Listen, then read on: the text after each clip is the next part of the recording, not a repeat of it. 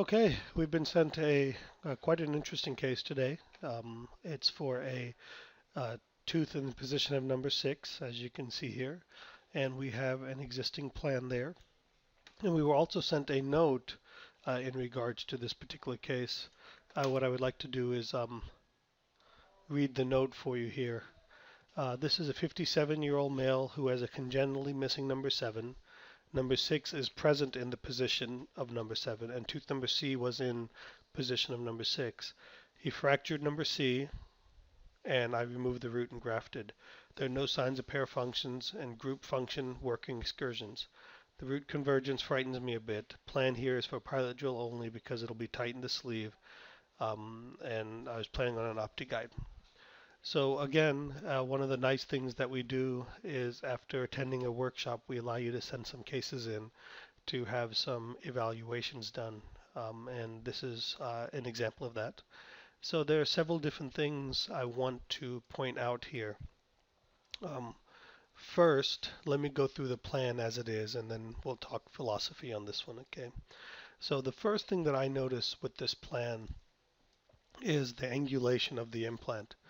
Um, how deep that implant is coming out. It's almost it's a 30, 40 degree angle. So what I get concerned about is how are we going to be able to draw or create an emergence profile on this. So if our implant is coming, and you can see it just like that, at some point we're going to have to create this big hump and then bring it down just like so. So when we do that, that's going to be very difficult tissue-wise to create that without creating even more apical recession from the tissue. Or we're going to have to create something like this, which then will leave us a ledge right here that can create a plaque trap. So what I would like to do first is take a closer look at the implant plan itself, so the positioning. So when we look at it from this view, we can see that we have quite a bit of bone buccolingually. So we have the ability to quite easily move this implant in just like that. Now, when we bring this implant in like this, now suddenly our emergence profile issue that we were dealing with earlier, and here again, here is the implant, just like so. So now suddenly we can build our emergence profile a little bit better and not have to worry so much about creating a ledge or the tissue. Again, still not ideal or perfect because here you could see we would have the implant now. We would then come in and have the implant tilted over here to the mesial a little bit. So that would be even a little bit better there. So um, that's my first thought process is on the implant itself. The next thing, if we go back to our design process, is this implant should be 3 millimeters apical and 2 millimeters palatal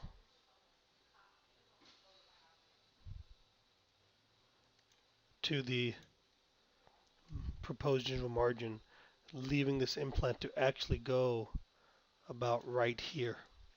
So that would require a little bit of an ostectomy, some bone reduction here.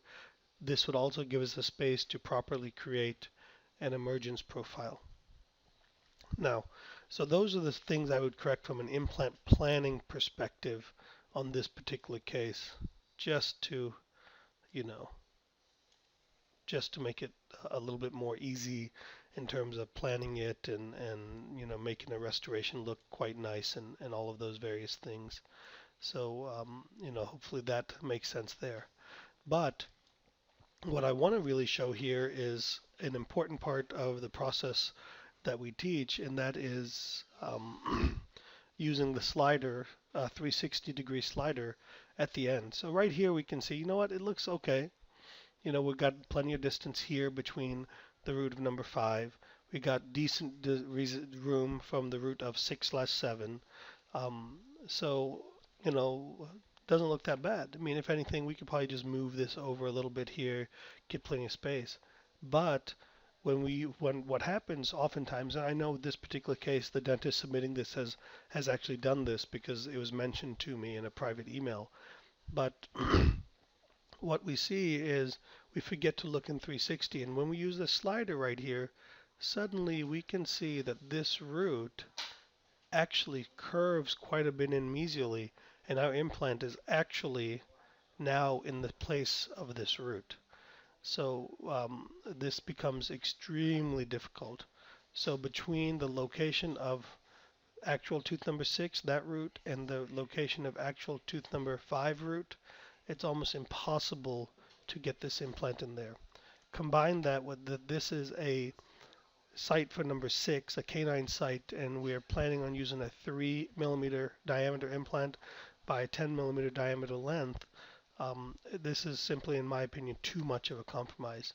So my suggestion in a case like this is to walk away or have the patient understand that the best solution is going to be orthodontically moving tooth number 6 back into ideal position.